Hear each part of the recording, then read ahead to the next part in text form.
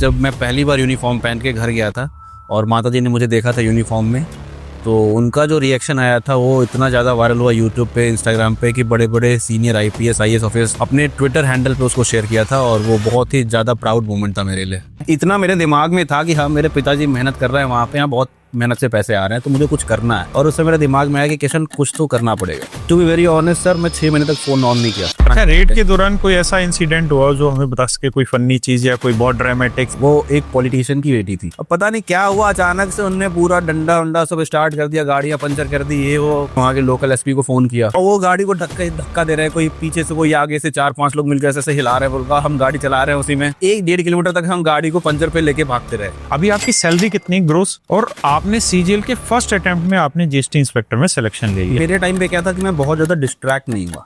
जो मेरे बड़े थे, जो मेरे से एक्सपीरियंस थे, आप जैसे टीचर्स जो थे, जो बताते थे कि हाँ ये करना है, तो मैं उस चीज पे बिल्कुल स्टक रहता था। सुबह उठ के 6 बजे मैं सीधे मॉक टेस्ट ही लगाता था। कभी बीच वाले लोग से, इन द सेंस जिनका सिलेक्शन नहीं हुआ है, उनसे कोई गाइडेंस ना लो। Genuine point. हम कितनी भी मेहनत कर ले रहे हैं लेकिन मैथ मजबूत नहीं हो पाता। अगर आपकी कैलकुलेशन फास्ट है तो आप बहुत बच्चों को पीछे छोड़ रहे हो। हर एक क्वेश्चन में आप 2 से 3 सेकंड बचाते हो और 25 क्वेश्चन में आपके पास लगभग 70 से 80 सेकंड बचते हैं। अच्छा, गर्लफ्रेंड पहली बार कब बनाई थी? क्लास 8th में तो मैथ और साइंस दोनों में फेल हो गया था। पढ़ाई में मन लगता नहीं था क्योंकि घर से दूर था। तो 3 महीने तक पिताजी ने बात नहीं थी मुझसे। रिजल्ट के बाद बात किया था उन्होंने उससे। लेकिन मेरे मैथमेटिक्स में 8th में फाइनल्स में 98 मार्क्स थे। नाइस। वो कहने वाली बात है कि सितारे आसमान में नहीं, कंधों पे भी चमकते हैं। चीर के दीवारें, कुरेद के किवाड़े, खोद के निकाले गड़ा है जो है तिजोरियों में या बंद बोरियों में, खुफिया कहीं पे पड़ा है जो बतलाता है काले धंधों। मेरे प्यारे बच्चों, नमस्कार आप सभी को। देखिए, जब बच्चे का सिलेक्शन होता है ना SSC CGL में, और जब वो पोस्ट प्रेफरेंस भरता है तो बहुत बड़ी बड़ी गलतियां करता है, और आज उन्हीं में से एक गलती का आपको यहाँ खुलासा भी देखने को मिलेगा। मेरे बच्चे एक्साइज इंस्पेक्टर, जिसे हम GST इंस्पेक्टर कहते हैं, 2004 या 5 बैच के बच्चे, लखनऊ जोन के बच्चे आज तक भी GST इंस्पेक्टर से सुपरिटेंडेंट नहीं बने। 20-20, 22-22 साल हो गए। वहीं गुजरात कैडर की बात करें तो करीबन 11-12 साल हो गए हैं इंस्पेक्टर से सुपरिटेंडेंट बने। दिल्ली में भी 11-12 साल का समय लग रहा है GST इंस्पेक्टर से सुपरिटेंडेंट बनने में। वहीं मेरे दोस्तों, चेन्नई जोन की अगर हम बात करें तो 4थे साल में लगभग GST इंस्पेक्टर से सुपरिटेंडेंट बन जाते हैं। और आज मेरे साथ एक ऐसा ही बच्चा है, चेन्नई जोन का है, GST इंस्पेक्टर है, रहने वाला है UP वाराणसी का, है ना, गाजीपुर जिला है, और जो नगर है उसका नाम क्या है? दिलदार नगर। दिलदार नगर का है। तो किशन नाम है भाई का। स्वागत आपका किशन भाई। और ये चश्मा किशन का ही है, इसके चश्मे से स्वागत है। वैसे तेरे पे अच्छा लगेगा। ठीक है। और बड़ी अच्छी चीज ये कि मतलब अब गुप्ता लोग जो हैं वो सरकारी नौकरी की तैयारी कर रहे हैं, और तेरे जैसे हट्टे कट्टे 6-6.5 फीट हाइट के लड़के। तो किशन, अपने बारे में कुछ बता भाई। सर, सारी जो बचपन की पढ़ाई हुई है घर से बाहर ही हुई है। क्योंकि जैसा कि मैंने बताया, दिलदार नगर वो गांव था बिल्कुल, वहाँ स्कूल था नहीं। और मेरी माता जी का सपना था कि मेरा बच्चा स्कूल बस में पढ़ने जाएगा स्कूल का, तो मुझे बनारस भेज दिया गया पढ़ने के लिए। और सारी पढ़ाई लिखाई मेरी बनारस से हुई, स्कूलिंग, कॉलेज, एवरीथिंग। स्पोर्ट्स में था ज्यादा एक्टिव मैं, लेकिन ग्रेजुएशन 2nd ईयर में ऐसा लगा कि स्पोर्ट्स की तरफ तो जा नहीं रहे हैं कुछ, और BSc के बाद कहीं नौकरी मिलने वाली नहीं है। तो मेरे भैया हैं, कजन एक, वो ऑडिट ऑफिसर है कैग में। अच्छा। तो उसकी लाइफस्टाइल को देख के मुझे लगा कि यार अच्छा लग रहा है, थोड़ा सा गाड़ी वाड़ी में घूमता है, बढ़िया। मैं उसको पूछा कि भैया कौन सा एग्जाम देना है, क्या करना है? तो उसने पूछा तेरा मैथ्स कैसा है? मैं बोला कि ठीक ठाक ही है, हो जाता है। कहता ठीक है, CGL की तैयारी कर ले और ये मिल जाएगा। फिर वही सर, 2nd-3rd ईयर में मैंने थोड़ा बहुत इधर उधर चीजें देखी। और अभी मैं बोल दूं, एक मेरे पास 2 चीजें हुआ कर रही थी मैथमेटिक्स के लिए। एक लाल किताब और एक लाल कॉपी भी थी। ये दोनों स्टार्टिंग में 3rd ईयर में ले ली थी मैंने जब, और उसके बाद उसी पे करता करता 3rd ईयर के बाद सर हो गया, फर्स्ट अटेम्प्ट में ही हो गया था। तो ये वाली क्या कहानी थी कि क्लास 8th में तो मैथ और साइंस दोनों में फेल हो गया था? सर, ये भी एक कहानी है। कहानी ऐसी है कि जब मैं वापस शहर में आया पढ़ने के लिए तो CBSE बोर्ड में एडमिशन करा दिया गया। और वहाँ अच्छे अच्छे घर के बच्चे आते थे पढ़ने के लिए। हम तो गांव से आए थे बिल्कुल, जहाँ हम बोरा लेके जाते थे पढ़ने। और वहाँ पे मैं कोप अप नहीं कर पा रहा था उनके साथ। अच्छा। मैं बुली भी बहुत होता था, मुझे मारते थे आके जब टिफिन होता था ना तो मुझे आके लोग मारते भी थे कि ऐसा वैसा, मतलब अजीब सी थी कहानियां वो। तो पढ़ाई में मन लगता नहीं था क्योंकि घर से दूर था, बिल्कुल ट्रॉमेटिक सा बचपन हो रखा था एकदम। और लगातार हर समय मैथ्स में फेल, साइंस में फेल, सोशल साइंस में फेल, बस मैं इंग्लिश और हिंदी में पास होता था, बाकी सब सब्जेक्ट में फेल रहता था। तो यार फिर ये 8वीं क्लास में मैथ साइंस में फेल होने से लेके और ये जीएसटी इंस्पेक्टर तक का सफर, सर एक बहुत ही लाइफ चेंजिंग मोमेंट था। 2010 में दिसंबर की बात थी और यही रिजल्ट आया था मेरा हाफ ईयरली का क्लास 8 का, जिसमें मैं मैथ्स में 10 मार्क्स पाया था 50 में से। अच्छा। और जहाँ तक कि मेरे पिताजी की जॉब की बात है तो बहुत देर में हुआ, उससे पहले तो मतलब बहुत ही ज़्यादा लो मिडिल क्लास से थे। कभी पापा फ्रूटी बेचते थे, कभी केरोसिन ऑयल बेचते थे, तो उसी से धीरे धीरे जीवन यापन अपना चल रहा था। फीस वीस बेचते रहा करते थे वो बनारस में। एक दिन मम्मी ने फोन किया कि भाई जाओ, तुम्हारी मम्मी यहाँ से मर गई तुम्हारे लिए। अच्छा। ऐसा मतलब बहुत ही ज्यादा था। पापा ने कहा कि अगर 8th में फाइनल्स में अच्छे मार्क्स नहीं आए तो तुम चुपचाप घर वापस चले आना, फिर जो हम कर रहे हैं हम साथ में मिलकर करेंगे। उस समय वही होता है ना सर कि कोई ऐसा इंसान मिल जाता है आपको। एक हमारे संदीप सर थे, मैथमेटिक्स पढ़ाते थे वो, उनको मैंने बातें बताई, सर मुझे मैथ्स नहीं आ रहा, ये वो ऐसा वैसा है। उन्होंने मेरे साथ पर्सनली मेहनत की सर, लगभग 3 महीने तक। अच्छा। दिसंबर, जनवरी, फरवरी तक। और आप बिलीव नहीं करोगे सर, मैं हमेशा से एवरेज 20 रहा हूँ, 60-65% ही आए मेरे, उससे ज़्यादा कभी नहीं आए। लेकिन मेरे मैथमेटिक्स में 8 में फाइनल्स में 98 मार्क्स थे। नाइस। फेल होने के बाद? हाँ, 8 में मेरे 98 मार्क्स थे और मेरा परसेंटेज 62-63 रहा होगा। लेकिन टॉपर से ज्यादा थे, टॉपर के 92 मार्क्स थे उसमें मैथ्स में, मेरे 98 मार्क्स थे। ब्रिलियंट।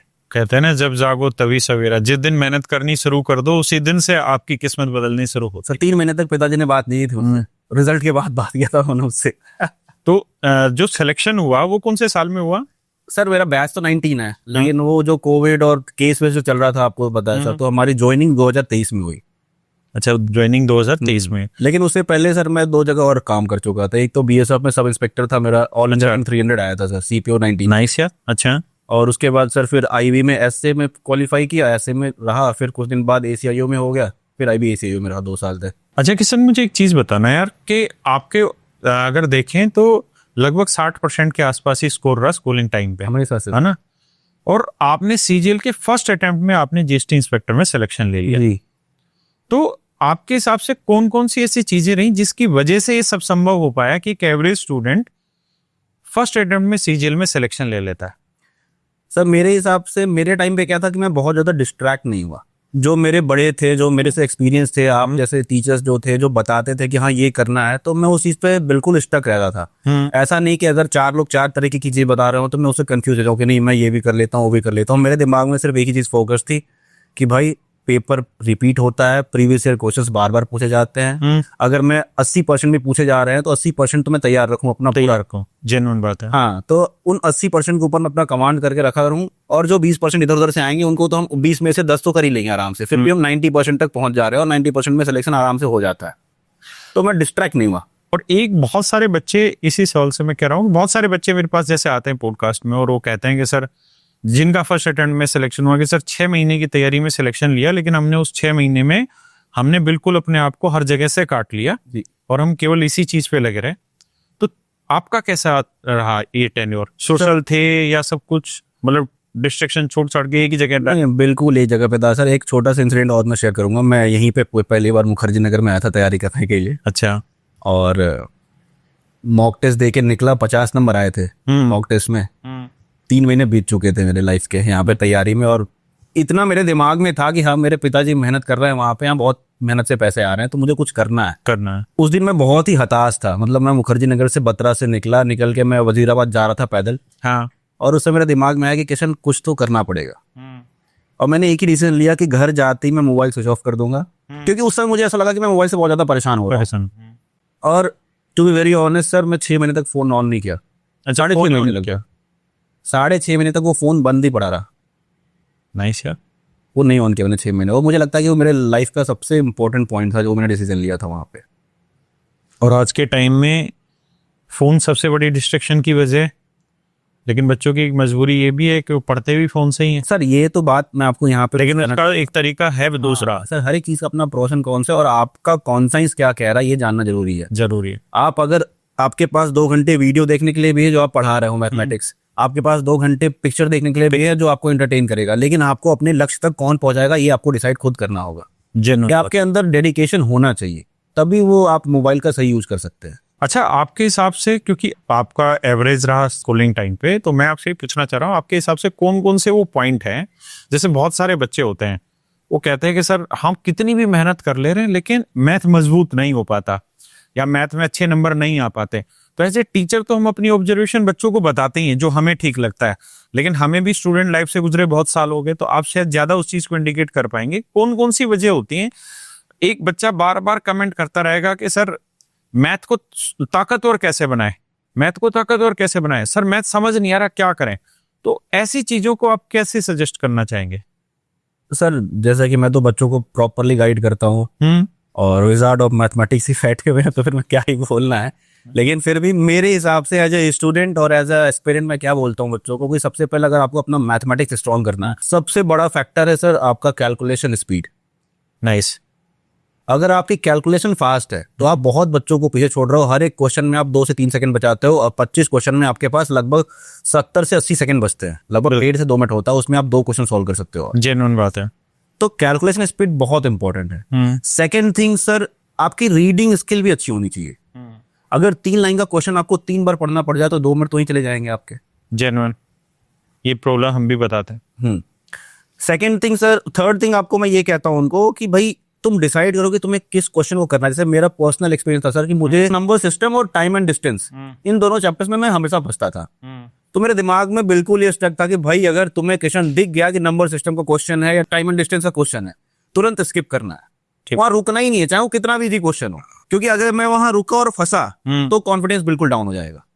इससे अच्छा वहां से निकल जाओ। तो स्किपिंग मेथड भी बहुत जरूरी है अगर आप कंप्लीट पेपर को पूरा करना चाहते हो तो। बिल्कुल। एक और तरीका मैं अपनाता था सर कि मैंने फिक्स करा था कि पहले एक बार में 1 लाइन वाले क्वेश्चन सॉल्व करूंगा, उसके बाद वापस आके डिसाइड किया रहूंगा कि 2 लाइन वाले क्वेश्चन कौन कौन से सॉल्व करने हैं, 3 लाइन वाले क्वेश्चन कौन कौन से सॉल्व करने हैं, सबसे लास्ट में करूंगा जिसमें मुझे ज्यादा टाइम लगेगा।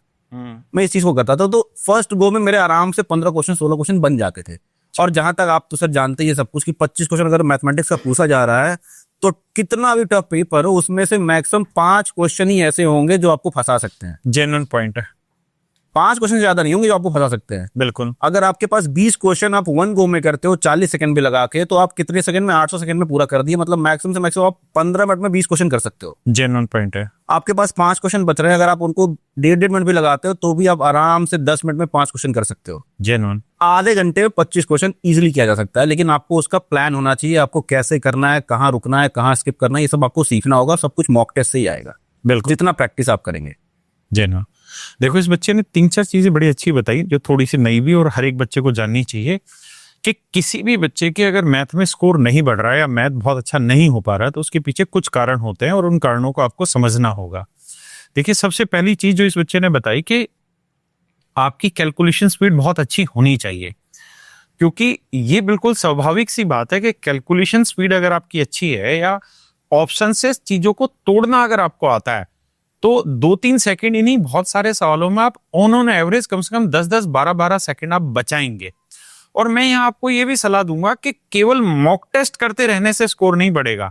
आप कोशिश करिए कि उन मॉक टेस्ट का सॉल्यूशन अगर कोई टीचर करा रहा है तो वो जिस तरीके से वो सॉल्यूशन करा रहा है, वो जिस तरीके से ऑप्शन से चीजों को ब्रेक कर रहा है, उन चीजों को धीरे धीरे अपनी हैबिट में डालिए। और अगर ऑन एवरेज आप 5 सेकंड भी एक क्वेश्चन में बचाने लग रहे हैं और आप ऐसा करते करते 20-25 सवालों में आप इस टेक्निक को फॉलो कर गए तो आप समझिए लगभग 100 सेकंड आपका बचेगा। यानी वही 1.5 से 2 मिनट के दायरे में आप अपना समय बचा लेंगे और उस 1.5 से 2 मिनट में आप 2-3 सवाल इजीली कर पा रहे होंगे। तो पहली चीज ये कि कैलकुलेशन स्पीड बहुत अच्छी हो। कैलकुलेशन स्पीड केवल प्रैक्टिस से आती है और प्रैक्टिस साथ के साथ ऑप्शन से खेलना सीखिए। टीचर कैसे ऑप्शन को ब्रेक करता है उन चीजों को बहुत गहनता से देखिए। मैं खुद अब जैसे यूपीएसआई का भी इस समय मॉक टेस्ट चल रहा है तो मैं उसका रोज डिस्कशन कराता हूं, तो मैं खुद सोल्व करते हुए देखता हूं कि 4-5 कॉन्सेप्ट कैलकुलेशन के इतने जानदार हैं जो हर बार आते हैं। जैसे जीरो वाला है ना, जीरो लास्ट में कितनी आ रही है, वो ऑप्शन से बहुत जगह फाइट करने में मदद देता है ना। डिविजिबिलिटी रूल हुआ, डिजिटल सम, बहुत जगह हेल्प करते हैं। दूसरा जो बेसिक कैलकुलेशन है, कुछ सवाल आजकल ऐसे आ जा रहे हैं जो इस भाई ने बोला कि 25 में से खूब हद कर लेंगे ना तो मुश्किल से मुश्किल 4 से 5 सवाल ऐसे हो सकते हैं जो most difficult in term of calculation हो। बिल्कुल। तो आजकल ऐसे सवाल आ रहे हैं, उनको भी करने के लिए जरूरी है कि आप अपनी कैलकुलेशन की प्रैक्टिस बार बार करते रहें, रोज उस चीज को प्रैक्टिस में डालते चले जाएं। तो पहला चीज है कैलकुलेशन। दूसरा इसने बोला रीडिंग। बहुत बार बच्चे के साथ क्या होता है कि वो एक ही सवाल को ना 4-4 5-5 बार पढ़ता है तो उसको समझ में आता है कि लैंग्वेज क्या कह रही है। तो इसका मतलब उसका मिसिंग ये कॉन्सेप्ट है कि उसने लैंग्वेज को रीड करना अभी नहीं सीखा है। जब हम छोटे थे तो हमें भी यही सिखाया जाता था कि समझ नहीं आ रहा तो कोई नहीं, 2-3 बार सवाल पढ़ो, लेकिन आप प्रैक्टिस करते हो किस चीज को आजमाओ, ताकि ये चीज लगातार जब आप करते रहे तो धीरे धीरे चीजें आपको समझ में आने लग जाए। चौथा, इस बच्चे ने एक पॉइंट बताया कि मेरी जो जो वीकनेस थी, जैसे इसने कहा कि मुझे नंबर सिस्टम और टाइम एंड डिस्टेंस, ये 2 चैप्टर जितनी भी बार मैं देख लूंगा सवाल को तो मैं 100% उस क्वेश्चन को स्किप करके आगे जाऊंगा ही जाऊंगा, क्योंकि मुझे लगता है कि मैं इन चैप्टर में या इन क्वेश्चन में ज्यादा फंसता हूं। तो इसमें कोई बुराई नहीं है, अगर किसी चैप्टर में आप कमजोर हैं तो बेटर है कि उसको स्किप करिए मॉक टेस्ट में या पेपर में और आगे बढ़ जाइए। और अगला पॉइंट जिस बच्चे ने बताया कि पेपर देते वक्त ना आपको राउंड टेबल करना पड़ेगा। मतलब पहले राउंड में आपने 25 में से 10 सवाल कर दिए जो 1 लाइनर क्वेश्चन थे, जो जल्दी जल्दी साफ करते चले गए। अगले राउंड में फिर आपने 10-12 सवाल कर दिए और आखिरी में समय बचा है तो फिर उन सवालों को भी टैकल कर लिया जो थोड़े मुश्किल हैं।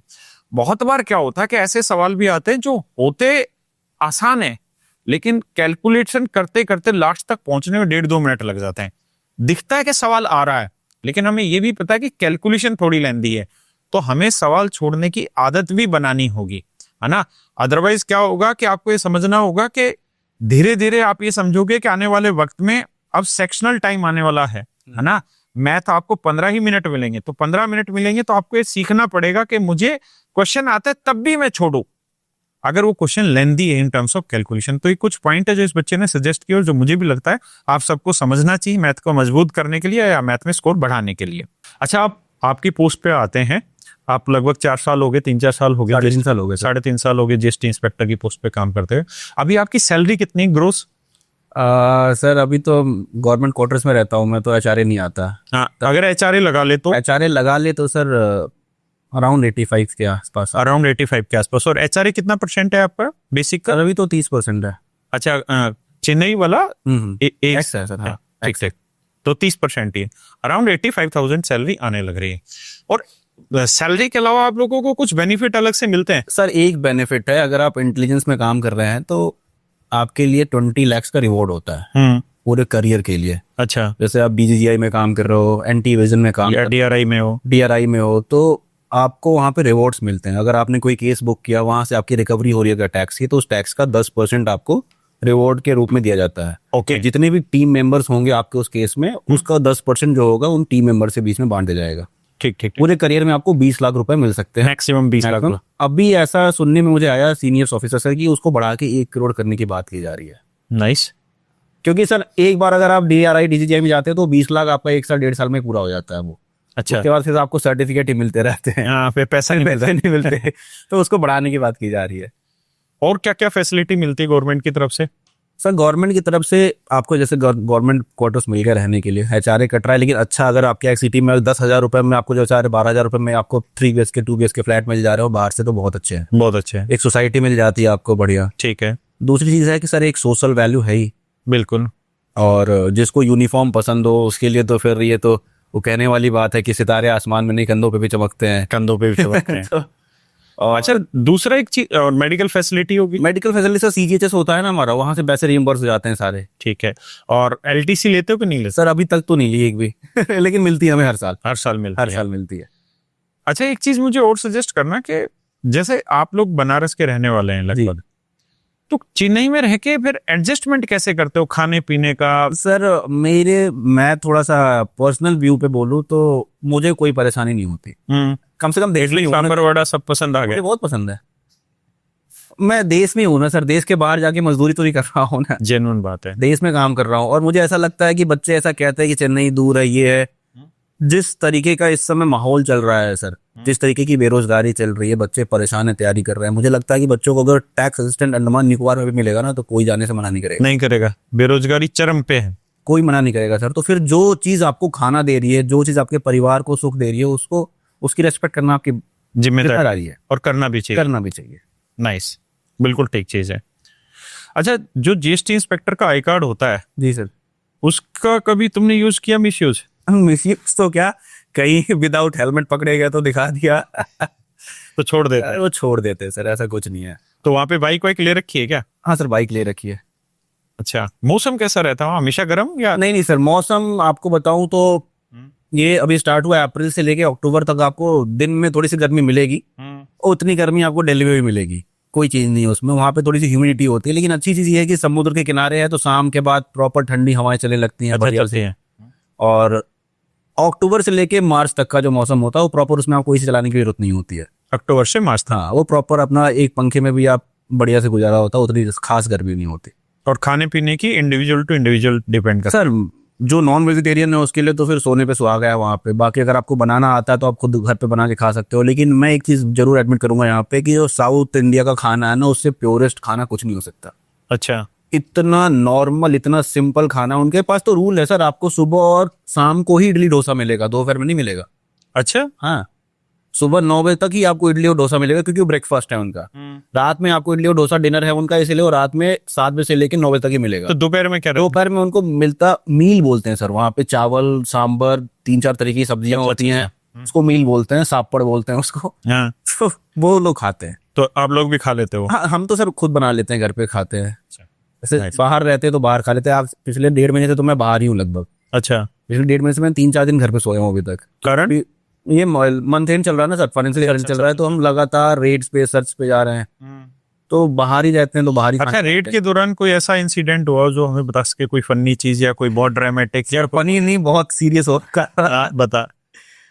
सर एक इंटेलिजेंस हमने गैदर किया और हमारी टीम लगभग 15-16 लोग की टीम थी। हम गए और गांव में था, गांव में कंपनी थी वो, और हम वहां चले गए। एक लेडी थी, उसकी ओनर एमडी थी वो एक पॉलिटिशियन की बेटी थी, अच्छा। वहाँ का लोकल पॉलिटिशियन था। हाँ। तो हम ऐसे किसी एक इशू पे गए थे कि भाई आप यहाँ पे जीएसटी वेट कर रहे हो और हम इंस्पेक्शन सर्च पे आए हुए हैं, ऐसा वैसा। तो स्टार्टिंग में तो लोग थोड़े ठीक थे, लेकिन फिर वो लोग थोड़े से अकड़ में आ गए कि ऐसा कुछ नहीं है, ये वो ऐसा वैसा। और धीरे धीरे देखते देखते ना कुछ तो 100 लोग जमा हो गए बाहर, अच्छा। कंपनी के बाहर, गांव के लोग। हाँ। अब पता नहीं क्या हुआ, अचानक से उनने पूरा डंडा वंडा सब स्टार्ट कर दिया, गाड़ियां पंचर कर दी, ये वो। हाँ। भाग अब सिंघम वाला वो हो गया। सर रेड वाला, जो रेड मूवी थी ना, जो देवन वाली, सेम हो गया था सर। अच्छा। सेम गाड़ियां पंचर कर दी। अब जो हमारे डिप्टी कमिश्नर थे उनको वो हमने बोला कि ऐसा ऐसा बात हो गया, फिर उन्होंने वहां के लोकल एसपी को फोन किया। अच्छा। वहां से पुलिस वाले आए, तो अब उनकी बात नहीं सुन रहे, वो तो गांव वाले हैं।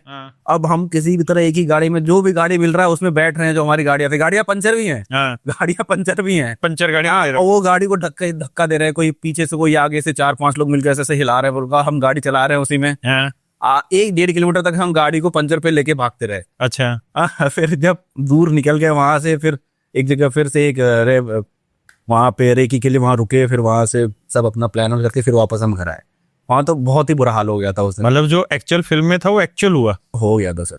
और सर होता है एक्चुअली, आप अगर डीजीआई डीआरआई, जैसे डीआरआई में तो आपको प्रॉपर गन भी मिलती है। अच्छा। जीएसटी में इसलिए गन दी नहीं जाती है क्योंकि सर हम अकाउंट वाला काम करने जा रहे हैं, हम कोई वहां से पैसा सीज करने नहीं जा रहे हैं या कोई स्मगलर को पकड़ने नहीं जा रहे। लेकिन डीआरआई में क्या होता है कि वो लोग स्मगलर्स को पकड़ते हैं, तो वहां पे रिस्क रहता है, तो वहां पे तो गन भी दी जाती है। और आजकल बहुत जगह ऐसा होता है कि जब आप कोई रेड वेड मारने जा रहे होते हैं और वो ताकतवर बंदा है, तो वो अपनी तरफ से भी एक्सटर्नल प्रेशर रखता है सर ऑब्वियसली, भीड़ भीड़ बुला के रखेगा, कुछ और करता है, करते रहते हैं। अच्छा, जीएसटी इंस्पेक्टर में हैरारकी क्या प्रमोशन के कितने कितने टाइम पे, कितने जोन में हो रहा प्रमोशन? सर चेन्नई जोन में मैंने आपको बताया 5 से 6 साल लगते हैं सुप्रीम बनने। ST/SC कैटेगरी से हैं तो 2 साल बन जाते हैं। अच्छा, SC/ST के 2 ही साल में? 2 साल बन जाते हैं वो। अच्छा, जनरल, हम जनरल की बात और करते हैं। ओबीसी की बात करें तो 5 से 6 साल जाता है। अभी कैडर स्ट्रक्चर भी होने वाला है, तो हो सकता है और जल्दी होने लगे। अच्छा। तो उसके बाद आप बनते हैं सुपरिटेंडेंट। हाँ। सुपरिटेंडेंट में सर आप कम से कम 10 से 12 साल की नौकरी होगी आपकी। अच्छा, minimum superintendent. General category, OBC category से। फिर आप बनते हैं असिस्टेंट कमिश्नर। वो IRS कैडर आ गया। अब IRS कैडर मिल जाता है आपको। तो असिस्टेंट कमिश्नर बनने के बाद सबसे पहले आपकी ऑल इंडिया पोस्टिंग ओपन हो जाती है। फिर आपका प्रमोशन उसी हिसाब से होने लगता है जैसे कि IRS लोगों का होता है हर 5 साल पे। तो अगर आप 20-21 साल में जीएसटी इंस्पेक्टर ज्वाइन करते हो तो मुझे लगता है कि आप आराम से एडिशनल कमिश्नर तक जा सकते हो। एडिशनल कमिश्नर तक। नाइस। कोई ऐसा केस है जो आपको सुनने में आया कि यार वो जीएसटी इंस्पेक्टर बना था और आज वो ज्वाइंट कमिश्नर तक चला गया? सर अभी ऐसा तो कुछ सुनाई नहीं दिया मुझे, क्योंकि अभी तो 3 साल ही हुए, उतने सीनियर से हम मिले नहीं है, अभी तो हाँ। ऑफिस में काम करते हैं। लेकिन मैं आपको एक छोटा सा एग्जांपल देता हूँ। हमारे यहाँ एक सिपाही ने ज्वाइन किया था 94 में, अच्छा। सिपाही, हम्म। और इस समय वो सुपरिटेंडेंट है। अच्छा। अभी उसके 3 साल की नौकरी बाकी है। हम्म। उस सिपाही से हवलदार बना होगा, हवलदार से हेड हवलदार बना होगा, फिर टीए बना होगा, फिर सीनियर टीए बना होगा, फिर इंस्पेक्टर बनाया, अभी वो सुपरिटेंडेंट है। अभी भी उसके 2-2.5 साल 3 साल की नौकरी बची हुई है। हाँ, तो एक प्रमोशन और टांग देगा। वही है कि अर्ली टाइम पे जिसने ज्वाइन कर लिया उसके मजे हैं। अच्छा, आप बहुत सारे बच्चों को ऑनलाइन तैयारी के बारे में भी आप सजेशन देते रहते हैं अपने यूट्यूब चैनल के थ्रू। क्या नाम है आपके यूट्यूब सर चैनल? इंस्टाग्राम पे करता हूँ। अच्छा, इंस्टा पे। हाँ sir. Inspector Kishan. Department objection नहीं करता, बट वो तो गाइडेंस के है। लिए सर वो लगभग मेरे Commercial नहीं करते। फॉलोअर्स भी उस पे, हाँ। तो मैंने उसके लिए भी वो दे रखा है उनको इंटीमेशन कि भाई मैं बच्चों को गाइड करता हूँ, इसमें कुछ मेरा पर्सनल गेन नहीं है। तो बच्चों की एक बहुत बड़ी समस्या आती होगी आपको भी कि कंसिस्टेंसी नहीं बन पाती, तो आप कुछ सजेस्ट करना चाहोगे सर, उसमें? मैं जो ये कहता है कि कंसिस्टेंसी नहीं बन पा रही है, मैं बहुत ओपन बोलूंगा सर। जो ये कहता है कि मैं पढ़ने में मन नहीं लग रहा, जो ये कहता है कि मेरे पास ये परेशानी है वो परेशानी है, तो सर फिर वो करना ही नहीं चाहता, वो तैयारी करना ही नहीं चाहता। अगर आपको करना है ना सर, तो आपके दिमाग में वो बात हर एक टाइम घूमती होनी रहती है। चाहिए, होनी चाहिए। आपके अंदर एक बार जो चिंगारी लगी है ना, जब तक आप उसको आग नहीं बनाओगे ना, ज्वालामुखी नहीं बनाओगे ना, बहुत मुश्किल है सर। बहुत लोग तैयारी कर रहे हैं अब तो सबके, हाँ सबके पास एक ही चीज है, सब आपसे पढ़ रहे हैं, कोई निकल रहा है कोई नहीं निकल रहा है। सर कुछ तो बात होगी ना निकलने वाले में, उसके दिमाग में हर एक टाइम में चल रहा है कि मुझे ये क्यों करना है, और इसका जवाब आपके पास हमेशा होना चाहिए। अगर आप आज खुद से पूछो, भी देख रहे हो, खुद से पूछो कि मैं क्यों तैयारी कर रहा हूँ, इंस्टेंटली अगर जवाब नहीं आ रहा है ना, तो आपका गोल क्लियर नहीं है कि आप क्यों करना चाहते हैं। और एक बार गोल क्लियर है कि हाँ मुझे क्यों करना है, फिर तो कोई रोक ही नहीं सकता सर। फिर कंसिस्टेंसी एक्सक्यूजेस बीच में आते ही नहीं है। जेन्युइन पॉइंट है। और जिस हिसाब से बेरोजगारी दर बढ़ रही है, और आज के समय में अब हालात ये हो गया है कि लोगों के पास प्राइवेट जॉब में उतना विश्वास भी नहीं बचा है, और उतना लोगों के पास ऑप्शन भी नहीं है, उतना आर्थिक धन भी नहीं है। तो आज के टाइम में हर बच्चा सरकारी नौकरी की तरफ जा रहा है, और कंपटीशन बढ़ रहा है, और आगे भी इसी तरह बढ़ता रहेगा। लेकिन ये भी तय है कि जो बच्चा तरीके से 1 साल मेहनत कर लेता है, उसका पहले भी होता था, आज भी होगा और आगे भी होता रहेगा। ठीक है सर, मैं आपको एक छोटी सी बात बताता हूँ। अभी मैंने सीजीएल का पेपर में हर साल देता हूँ, मैं डॉक्यूमेंट वेरिफिकेशन नहीं करता हूँ क्योंकि ताकि सीट खराब ना हो। सर आप गेस करेंगे मेरा कितना स्कोर आया सीजीएल मेंस में? पता नहीं। तो 332 मार्क्स है मेरे। ओके। और मुझे तैयारी छोड़े हुए 5 साल हो चुके हैं। उस 8 महीने की जो तैयारी मैंने की थी ना अपने लाइफ में, वो आज तक चल रही है मेरे साथ। तो ये काम आपको एक बार करना ही पड़ेगा, चाहे आप 21 की उम्र में कर लो, चाहे आप 25 की उम्र में करो, चाहे आप 28 की उम्र में करो। 28 में करोगे तो ज़्यादा टाइम लगेगा, 25 में करोगे थोड़ा सा टाइम कम लगेगा, 21 में लगोगे तुम बिल्कुल फ्रेश हो, जल्दी से जल्दी निकल जाओगे। एक बार डट के तैयारी करनी ही पड़ेगी, सब कुछ छोड़ के, जो भी चीज़ें आपको डिस्ट्रैक्ट कर रही है, परेशान कर रही है। नहीं तो आप ऐसे सोचो कि आज थोड़ा कर लेता हूँ, कल थोड़ा कर लेता हूँ, तो फिर वही पंचवर्षीय योजना बन जाती है सर। लास्ट में फिर कहते हैं चलो कोई बात नहीं हो पा रहा है, एक्सक्यूज दे दिए कि यहाँ दिक्कत था, वहाँ दिक्कत था, ऐसा था वैसा था। और वो एक ऐसी सिचुएशन हो जाती है जहां से बैक भी अगर आप करते हैं तो आपके पास बहुत कुछ ऑप्शन नहीं बचते। ऑप्शन नहीं होते सर। बेटर है कि मन करके कम ही टाइम दीजिए, लेकिन वो मन करके करिए उस काम में, तो फिर करेगा। अच्छा, आपने अपनी तैयारी के टाइम पे कितने मॉक टेस्ट लगाए होंगे? सर लगभग 500-600 मॉक टेस्ट लगाए होंगे मैंने। मेरा नियम था सर, वो बस सुबह उठ के 6 बजे मैं सीधे मॉक टेस्ट ही लगाता था। जब रीजनिंग के 4 क्वेश्चन निकल जाते थे तब मेरी नींद खुलती थी, हाँ भाई पेपर दे रहा हूँ मैं। हाँ। और मॉक टेस्ट में एवरेज स्कोर क्या रहता था इनिशियल स्टेज पे? सर सबसे पहला मॉक टेस्ट में तो मेरा 33 नंबर आया था। अच्छा। और 100 क्रॉस करने में मुझे 3 महीने लग गया था लगभग। तो उस मॉक टेस्ट को देते देते कौन कौन सी चीजें आपको समझ में आई कि ये चीजें करने से मॉक में स्कोर बढ़ेगा? वही बात सर, स्किपिंग। सबसे पहला स्किपिंग था कि भाई हाँ इस क्वेश्चन को अभी नहीं करूंगा, बाद में कर लूंगा। दूसरी चीज ये थी कि सर सबसे पहले आपको ये देखना हो, सर कॉन्फिडेंस बहुत ज्यादा मैटर करता है, स्पेशली अगर आप सच में लाइव एग्जाम दे रहे हो तो, जो आपका रिजल्ट डिसाइड करेगा। वहां पे कॉन्फिडेंस सबसे पहले मेरे हिसाब से मुझे कैसे आता था सर, कि मुझे बिलीव था कि मैं इंग्लिश और जीके कर लूंगा तुरंत। अच्छा। 10 मिनट के अंदर अंदर मैं इन दोनों को निकाल दूंगा। जीके में मैं फिक्स रखता था अपने दिमाग को कि भाई ठीक है 25 में से अगर मुझे 10 भी आ रहे हैं तो कोई दिक्कत नहीं है, एक बार सारा पढ़ लूंगा। 10 भी आ गए, 12 भी आ गए, कोई बात नहीं है। अगर कम भी आ रहे हैं तो सोचना नहीं है कि कम नंबर है, लेकिन एक दिमाग से टेंशन खत्म हो जाता कि मेरे 50 क्वेश्चन हो चुके हैं, अब सिर्फ 50 बचे हुए हैं, मुझे करने के लिए 40 मिनट बचा हुआ है। तो मैं सबसे पहले इंग्लिश पे टूटता था। अच्छा, इंग्लिश अच्छी थी इस वजह से? हाँ, इंग्लिश पे सबसे पहले टूटा था। अच्छा तो सबसे मैथ्स था, अच्छा। इसीलिए मैं उसको प्रॉपर आधे घंटे का टाइम बचा के रखा था कि सब कुछ करूंगा इसमें। मेरा ये होता था कि पहले आधे घंटे में इंग्लिश, रीजनिंग और जीके ये तीनों खत्म कर देना है। नाइस। तो इस तरीके के प्लान्स आपको खुद भी बनाने पड़ेंगे अपने परफॉर्मेंस के हिसाब से, अपने सब्जेक्ट के नॉलेज के हिसाब से। जेन्युइन। अच्छा, कोई बच्चा अगर आज के समय में हम कहें कि वो मतलब नया बच्चा है इनिशियल स्टेज पे और अब वो तैयारी करना स्टार्ट कर रहा है, तो सीजीएल कम टाइम में क्रैक हो जाए उसके लिए कौन कौन सी चीजें आपको उसको बतानी चाहिए, कौन कौन सी चीजों से ध्यान रखनी चाहिए? सर सबसे पहले तो जो उसके अंदर जो संकल्प उसने लिया है उसको बहुत दृढ़ बनाना पड़ेगा। कैसे? बहुत रूदलेस डिटर्मिनेशन आपको चाहिए आपके पास कि हाँ मुझे क्यों करना है। सर सारा जवाब क्यों का ही होता है। अगर आपके पास उसका सॉलिड जवाब है कि क्यों करना है तो आप 8 से 10 महीने में भी सीजीएल क्रैक कर सकते हो। बेसिक्स ठीक है तो आप 6 महीने में भी कर सकते हो। डिसाइड ये करना होगा कि मुझे क्या पढ़ना और क्या छोड़ना है, क्योंकि बहुत ही इंपॉर्टेंट चीज है सर। अगर आपको ये पता हो कि क्या नहीं पढ़ना है आपको, तो आपका सिलेक्शन आधा वही हो चुका है। आधा वही हो चुका। दूसरी चीज, कभी बीच वाले लोग से, इन द सेंस जिनका सिलेक्शन नहीं हुआ है, उनसे कोई गाइडेंस ना लो। Genuine point. जो सेलेक्ट हो चुका है वो तुम्हें बताएगा कि तुम्हें क्या करना है, जो 5 साल से सेलेक्ट नहीं हुआ है वो बताएगा कि क्या नहीं करना, क्या नहीं करना है। तो इस चीज को बहुत ध्यान रखना है। 75 चीजें नहीं देखनी कि हाँ वो भी बोल रहे हैं तो वो भी कर लेता हूँ, वो बोल रहे हैं तो वो भी कर लेता हूँ। अगर एसएससी की तैयारी कर रहे हो भाई, तुम चुपचाप प्रीवियस ईयर के ऊपर फोकस करो 6-8 महीने। 80% सवाल वही से आ जाएंगे तुम्हारे। 20% जो तुम्हारी मेहनत तुमने की हुई है उसमें से 20% में तुम 10% आराम से कर सकते हो। जेन्युइन पॉइंट है। और दूसरी चीज ये कि आप कुछ भी सुनते हैं, जैसे हम भी कुछ कह रहे हैं, तो आपको बहुत तार्किक रूप से उस चीज को समझना पड़ेगा और फिर अपने लाइफ में उसको इम्प्लीमेंट करना पड़ेगा। तो सबसे पहली चीज तो यही है कि आपको बहुत ज्यादा मतलब हार्ड होना पड़ेगा अपनी चीज के ऊपर कि मुझे ये चीज चाहिए और मैं 1 साल के लिए मतलब पूरी तरीके से इसमें जान झोंक दूंगा और इसके अलावा मैं कोई दूसरा ऑप्शन इधर उधर नहीं भटकूंगा, है ना। आप बहुत सारे बच्चों के साथ ये इश्यू होता है कि यार ये नहीं होगा तो चल वहां देख लेंगे, वो नहीं होगा तो वहां देख लेंगे। नहीं, आप 6 महीने 1 साल लगा के तैयारी करिए। उसके बाद जब आपसे कुछ ना बन पाए या उस साल भर की तैयारी में आपको रिजल्ट ना मिल पाए जो आप चाह रहे हैं, फिर आप देखिए कुछ भी उसको। दूसरा ये है कि जो इस बच्चे ने कहा कि बहुत लोगों का ज्ञान मत लीजिए, है ना, वो भी अपने आप में बहुत खतरनाक होता है, क्योंकि आज के टाइम में ओवर इंफॉर्मेशन सबसे घातक चीज हो रखी है और सबसे बड़ा हथियार है ओवर इंफॉर्मेशन का। जरूरत आपको 1% की है, लेकिन आप इंफॉर्मेशन बहुत इकट्ठी करने लग रहे हैं। जैसे मैं अभी खुद के लिए बता रहा हूँ, मैं यूट्यूब पे एक वीडियो देख रहा था हेल्थ से रिलेटेड कि भाई विटामिन डी को कि हमें गोली सप्लीमेंट लेनी चाहिए कि नहीं लेना चाहिए। तो उस पर मैंने 5-6 डॉक्टरों की वीडियो देखी और उसके बाद बहुत सारे ऐसे इन्फ्लुएंसर थे जो डॉक्टर भी नहीं थे लेकिन इन्फ्लुएंसर थे।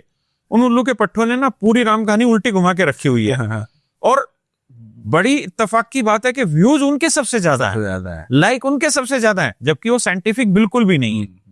तो आपको ये तार्किक रूप से समझना है कि हर किसी का दिया हुआ ज्ञान सही नहीं है, है ना। बहुत कम चीजें सेलेक्ट करिए। तभी तो हम जब ऑफलाइन में पढ़ाते थे तो कहते थे यार डेमो आप बेशक सारी जगह लो, लेकिन एक बार डिसाइड करके फिर किसी एक जगह बैठो, फिर नहीं भटकना कहीं पे भी, क्योंकि एक जगह विश्वास करोगे तो वहीं से सारा सिलेक्शन निकल के आएगा। और मैं इसलिए नहीं कह रहा हूं आपको कि हमारा कोचिंग सेंटर है कैरियर, मैं इसलिए कह रहा हूं कि आप एक बार कहीं पे भी है ना, ऑनलाइन या ऑफलाइन जैसा आपका दिल करे, 5-6 महीने की कोचिंग जरूर ले लीजिए। उसका एक फायदा होता है क्या कि जो इन्फॉर्मेशन आपको अलग अलग सोर्सेज से बहुत दिनों में इकट्ठी करेंगे ना, वो आपको एक सिस्टमेटिक वे में मिल जाएगी और उससे वो टाइम ड्यूरेशन घट जाएगा। तो ये कुछ तरीके हैं जो आपको फॉलो करने चाहिए। अच्छा, इंग्लिश इंप्रूव करने के लिए जो गांव देहात का बच्चा है उसको क्या स्टेप उठाने चाहिए? वेब सीरीज देखें? मैं कुछ बताऊंगा जो मैंने किया अपने लाइफ में सर। सबसे पहली बात तो प्रीवियस ईयर की बात है। जो 10,000 क्वेश्चन आपके पास है ना प्रीवियस ईयर के, उसके बाहर एक भी क्वेश्चन नहीं आएगा। अच्छा, ये तय है सर। अगर वो आता है तो हर एक बच्चे के लिए नया है, नया, सिर्फ आपके लिए नया नहीं है। और आपको 100% नंबर नहीं लाने, 100% नंबर लाने नहीं है। हाँ।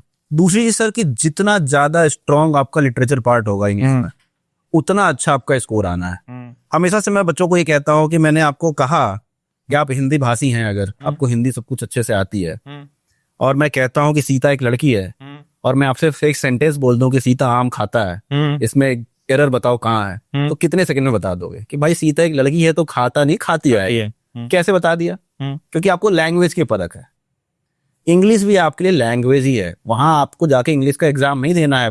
पेपर में इंग्लिश का एग्जाम इसलिए लिया जा रहा है ताकि आप जब आगे ऑफिस में जब आपको लेटर ड्राफ्ट करना हो, एचसीएन बनाने हो, कुछ चीजें करनी हो, तो वहाँ पे काम इंग्लिश और हिंदी दोनों में होता है। तो आप इंग्लिश को अच्छे से समझ पाओ, ट्रांसलेट कर पाओ, वो चीज आपको कहाँ से आती है? लिटरेचर पार्ट से आती है। जितनी ज्यादा आप रीडिंग करेंगे, जितनी ज्यादा आपके पास कॉम्प्रहेंशन स्ट्रांग होगा, जितना आपका वोकैबुलरी स्ट्रांग होगा, आप उतना अच्छा स्कोर करोगे। जी ना। तो बिल्कुल रीडिंग करिए। अगर आप मूवीज देखते हैं तो वेब सीरीज को देखिए। वेब सीरीज देखने से ज्यादा जो नीचे सबटाइटल्स आते हैं उनको पढ़ के उस सीन से कोलैबोरेट करने की कोशिश करिए कि सीन में क्या चल रहा है और लिखा हुआ क्या है। उससे आपकी जो अंडरस्टैंडिंग डेवलप होती है उससे। और अच्छा, और ये बिल्कुल ठीक भी कह रहा है कि जब आप उस चीज को कई बार देखते रहेंगे ना, मतलब इंग्लिश मूवी अगर आप हैबिट डालना स्टार्ट करेंगे देखने की, तो धीरे धीरे आपको समझ में आना है। उसी से को अंडरस्टैंडिंग बोलते हैं। हाँ, जैसे मैंने अपनी लाइफ में ये देखा कि मैं आज से 2015-16 की बात बता रहा हूँ, तो उस समय एक मूवी आई थी पंजाबी में, सरदार जी दलजी दोसांझ की। अच्छा। तो उस समय तक मैं पंजाबी मूवी नहीं देखता था। तो फर्स्ट टाइम मैं देखने कुछ और गया, लेकिन वाइफ के साथ कोई शो था ही नहीं, टिकट थी नहीं, तो मैंने वो देख ली मूवी। तो मुझे कुछ भी समझ नहीं आया। लेकिन उसके बाद मैंने धीरे से फिर से एक और पंजाबी मूवी देखी, तो थोड़ा थोड़ा मुझे समझ में आने लगा। फिर तीसरी देखी, फिर मुझे थोड़ा और समझ में आने लगा। अब हालात ये है कि मैं बॉलीवुड मूवी कम देखता हूँ, पंजाबी मूवी ज्यादा देखता हूँ, क्योंकि मुझे सब समझ में आता है और सारी चीजें सेंस देती हैं। तो जब आप किसी चीज पे लगातार काम कर रहे हो ना, 4-5 मूवी देख लेते हो, तो आपको फ्रीक्वेंसी पकड़नी स्टार्ट हो जाती है ना। मैं पंजाबी शब्दों को समझना स्टार्ट करते हो, और यहाँ बोलना थोड़ी, यहाँ समझना ही जाएंगे इस लैंग्वेज को, बिल्कुल है ना। तो कोई इशू नहीं है, स्टार्टिंग में ना आए, लेकिन करते रहो। अच्छा, आपकी तरफ से कोई बेस्ट मूवी आप बताना चाहें या वेब सीरीज बताना? वैसे तो कोई मोटिवेशनल मूवी मैं ज्यादा देखता नहीं हूँ सर। मेरा जो जॉनर है वो थोड़ा सा अलग है, साइंटिफिक और साईफाई और सुपरस्टिशन वाला। तो अभी मैं गेम ऑफ थ्रोन्स चौथी बार देखना स्टार्ट किया हूँ। अच्छा। तो देख सकते हैं, अच्छा है। गेम ऑफ थ्रोन्स, अच्छा, हॉलीवुड मूवी है या वेब सीरीज है सर? अच्छा किशन, एक चीज बताना, जिस उम्र में तुम लोग हो, जी सर, इस उम्र में एक चीज बहुत घातक होती है, डर लग रहा मुझे। और वो घातक होती है कि अपोजिट सेक्स के प्रति अट्रैक्शन। बिल्कुल, है ना। और वो अट्रैक्शन 90% बच्चों में डिस्ट्रक्शन बनता है, मतलब आपको एक गलत डायरेक्शन में लेके चला जाता है। तो हम भी जब अपने दौर में थे तो हम भी इसी तरह से उलझे होंगे या उलझे थे, लेकिन उस समय चैलेंज कुछ और थे और आज के टाइम में चैलेंज कुछ और हैं। तो आपको सजेस्ट करना चाहोगे नए बच्चों को इस चीज के ऊपर? सर मैं यहाँ पे डिनाई नहीं करूंगा कि अट्रैक्शन नहीं होना चाहिए, बिल्कुल हो सकता है, तो नॉर्मल हार्मोन्स हैं वो। लेकिन और आजकल जो खाना खा रहे हो उसमें तो रोज अट्रैक्शन रहता है। लेकिन वही बात ये है सर कि आपको ये पता होना चाहिए कि आप क्या कर रहे हो, क्या कर रहे हो। आपका जो अगला स्टेप है क्या आपको अपने लक्ष्य के पास ले जा रहा है या आपको उससे दूर ले जा रहा है। अगर लक्ष्य के पास ले जा रहा है और वो जो अपोजिट सेक्स है आपका उसमें साथ दे रहा है, तो फिर उससे अच्छा तो कुछ हो ही नहीं सकता ना सर।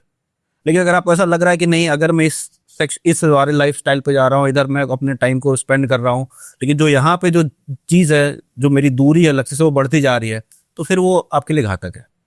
और कई बार क्या होता है, कुछ लोगों में एक दिक्कत ये भी होती है कि वो हटना नहीं जानते, किसी चीज से जुड़ना तो जानते हैं, लेकिन वो राइट टाइम पे एग्जिट करना नहीं जानते। ये बहुत इंपॉर्टेंट है सर, है ना। अगर आप नहीं एग्जिट करोगे, आप फंसे रहोगे, तो आप हमेशा फंसे रहोगे और वो लाइफ लॉन्ग फिर आपको बहुत दिक्कत देती है। अच्छा, अगर कोई बच्चा, अब मान लीजिए बहुत दिनों की तैयारी कर रहा है, पिछले 6 से 8 महीने से तैयारी करने लग रहा है, और अब उसका एग्जाम का टाइम आ रहा है, तो उसको बेचारे को ना बहुत घबराहट होती है ना, बहुत परेशान भी होता रहता, होगा नहीं होगा। जैसा आपने कहा कि आपकी मम्मी ने कह दिया था कि तेरी तरफ से तेरी मम्मी मर गई, अब तू समझ छोड़। आपके पापा ने कहा कि ठीक है भाई, इस साल तेरे से होता है तो ठीक है, नहीं तो आ जाए, यही केरोसिन की दुकान पे तू भी तेल बेच, मैं भी बेच रहा हूँ।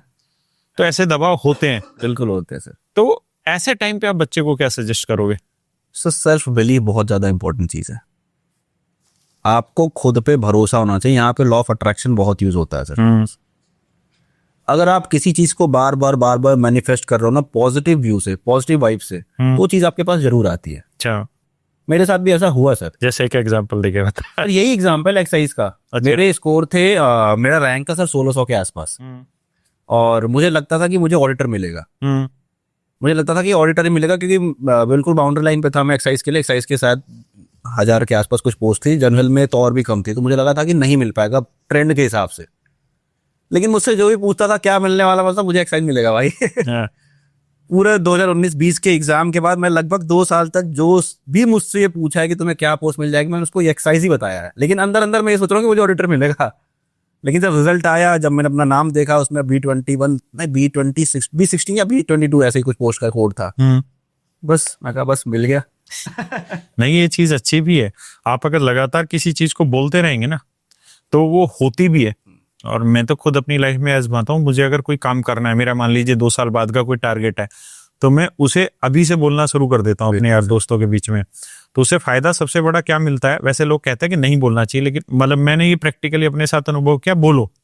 क्योंकि जो आप बोलोगे ना कहीं वो वाइब्रेशन सेट होती रहती है। जैसे मान लीजिए अगर आपका सपना है जीएसटी इंस्पेक्टर बनना, और मेरा एक भाई था कुलदीप यादव करके ना, तो मतलब मेरा कजिन था, तो वो दिल्ली पुलिस में इस समय इंस्पेक्टर है। तो जब 2010-11 के आसपास जब मैंने कॉम्पिटिटिव एग्जाम्स की पढ़ाने की तैयारी की थी, पैरामाउंट में कोचिंग कर रहा था, तो तब तक उसका सिलेक्शन हो चुका था। तो मैंने कहा यार कंपटीशन पढ़ाना अलग चीज है, तो दिखा तेरे नोट्स दिखा, और मैं देखना चाह रहा हूँ कि भाई कैसे क्या पढ़ते हैं, तो फिर मैं उसी हिसाब से पढ़ा लूंगा, क्योंकि हम स्कूल में पढ़ाते ही थे सरकारी। तो उसका जो फ्लेवर था ना, वो जैसे time speed and distance, police चोर के सवाल है, तो हर एक सवाल में जैसे रहता था भाई पुलिस इतनी देर में ये स्पीड पकड़ती है इतना इतना, तो हर एक सवाल में कि पुलिस ने चोर को 12 सेकंड में पकड़ लिया, साला भाग के कहाँ जाएगा, कभी ना कभी तो पुलिस के हाथ में आएगा। मतलब हर सवाल में नया डायलॉग उसके लिखा रहता था। तो मैं समझता था कि यार ये जी रहा है, बेसिकली पढ़ नहीं रहा है, ये जी रहा है इसके अंदर। और वो बहुत मतलब कमजोर था पढ़ाई में, लेकिन वो निकाल गया, पहले अटेम्प्ट में दिल्ली पुलिस सब इंस्पेक्टर निकाल गया। तो इस वजह से निकाल गया कि वो उसके अंदर बहुत डीपली जा चुका था। हर सवाल में उसी चीज को फील करना, यानी वो हर सेकंड अपने आप को है ना वो सब इंस्पेक्टर फील करता था। और कई बार ये बहुत जरूरी होता है उस वाइब्रेशन को सेट करने के लिए।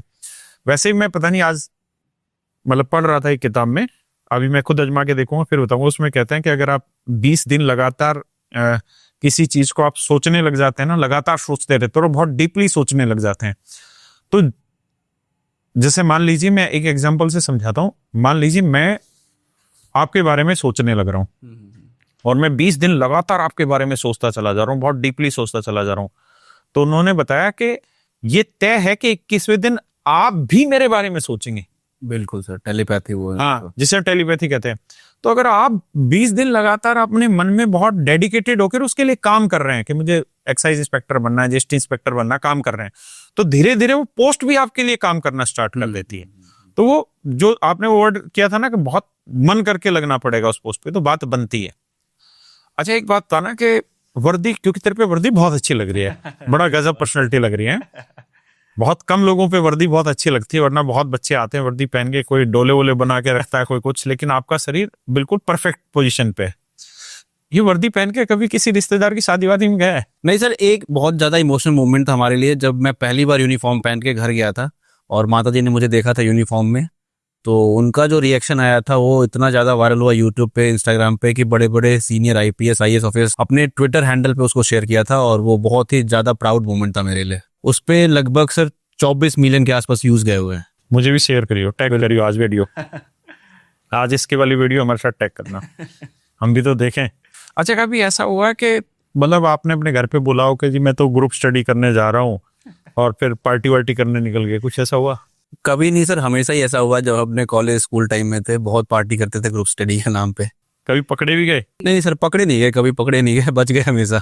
अच्छा, गर्लफ्रेंड पहली बार कब बनाई थी? इसमें लिखा नहीं है लेकिन मैं पूछ रहा हूँ। नहीं सर, कभी नहीं बनाई सर। आज तक नहीं बनी?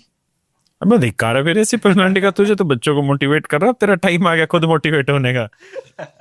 कभी ऐसा हुआ कि दोस्तों से पैसे उधार लिए और वापस ना किए हो? सर ये पहले होता था, लेकिन अब उल्टा हो गया है, मेरे पैसे जा चुके हैं, वापस नहीं आ रहे हैं। अब मैं दे चुका हूँ, वापस नहीं मिल रहे हैं। कभी ऐसा हुआ कि बस की छत पे कभी सफर किया हो? हाँ सर, बहुत बार ट्रैवल किया है बस की छत पे चढ़ के। अब वापसी वर्दी में जाए उसी सफर में, तो मजा आएगा। मजा आएगा सर, वो मोमेंट अलग ही होगा जब मैं वर्दी में जाऊंगा छत पे बैठे। नहीं सर, मजा आएगा। स्कूटी पे 4 लोग बैठे हो कभी? सर कभी नहीं, हमेशा ही, क्योंकि हमारे पास एक ही स्कूटी थी और हम 4 लोग होते थे। और जब कहीं दूर मामू दिख जाते थे तो 2 लोग उतर जाते थे, 2 लोग स्कूटी लेके जाते थे, आगे जाके हम फिर बैठते थे। अब मामू दूवी बन गया है, वर्दी तुमने भी पहन ली है। तो ऐसा होता था। बिना टिकट ट्रेन में घुसे हो? सर हमेशा ही बिना टिकट ट्रैवल किए हैं। सर मैं आपको बता रहा हूँ, मेरी लाइफ बहुत ही अलग थी बचपन से, हमेशा घर से दूर। सिलेक्शन के बाद तो कभी नहीं बैठा सर। एक बार ऐसा हुआ था, ऑफिशियल ड्यूटी पे था मैं और कहीं जाना था इमरजेंसी में, तो ट्रेन में गया, टिकट नहीं था, तो टीटी ने पूछा, तो फिर वही आई कार्ड दिखा के अब तो आई कार्ड पे मेरे इंटेलिजेंस ऑफिसर लिखा होता है, तो उसको दे के बैठ के चले गए थे। अच्छा, तौर पे जीएसटी इंस्पेक्टर नहीं लिखा रहता? नहीं, अभी मैं DGGI में हूँ ना सर, अभी मैं इंटेलिजेंस काम कर रहा हूँ। अच्छा, कभी बिना बुलाए शादी में गया किसी के? सर एक बार नहीं सर, हर बार जाते थे। आपको एक बात बताता हूँ, जब हम कॉलेज में थे तो हम 4 दोस्त एक साथ रहते थे और हम ट्यूशन पढ़ाते थे, तो अलग अलग डायरेक्शंस में जाते थे। हमारा सबका यही काम होता था कि घर वापसी समय जिसको भी दिख जाए कि किस मैरिज हॉल में पार्टी हो रही है, कहाँ पे चल रहा है पार्टी, तो वो डिसाइड करके आता था और हम वहाँ रात में खाना खाने के लिए जाते थे। सर बहुत बार गया हूँ, क्या बोलूं। स्टूडेंट लाइफ में या स्टूडेंट लाइफ में सर। चलिए मेरे बच्चे, बहुत बहुत धन्यवाद आप सभी का। और आज इस सारी बातचीत से आप बहुत कुछ समझे होंगे, और आप अपनी मंजिल में अगर किसी रास्ते पे कहीं अटक रहे होंगे तो आज की बातचीत से आपको उस रास्ते में थोड़ी सी और विजन क्लियर हुआ होगा और आप अपने जीवन को कुछ और अच्छी दिशा में आगे लेके बढ़ेंगे। नमस्कार, बहुत बहुत धन्यवाद। और किशन भाई, आपका भी स्वागत और धन्यवाद। Thank you. नमस्कार।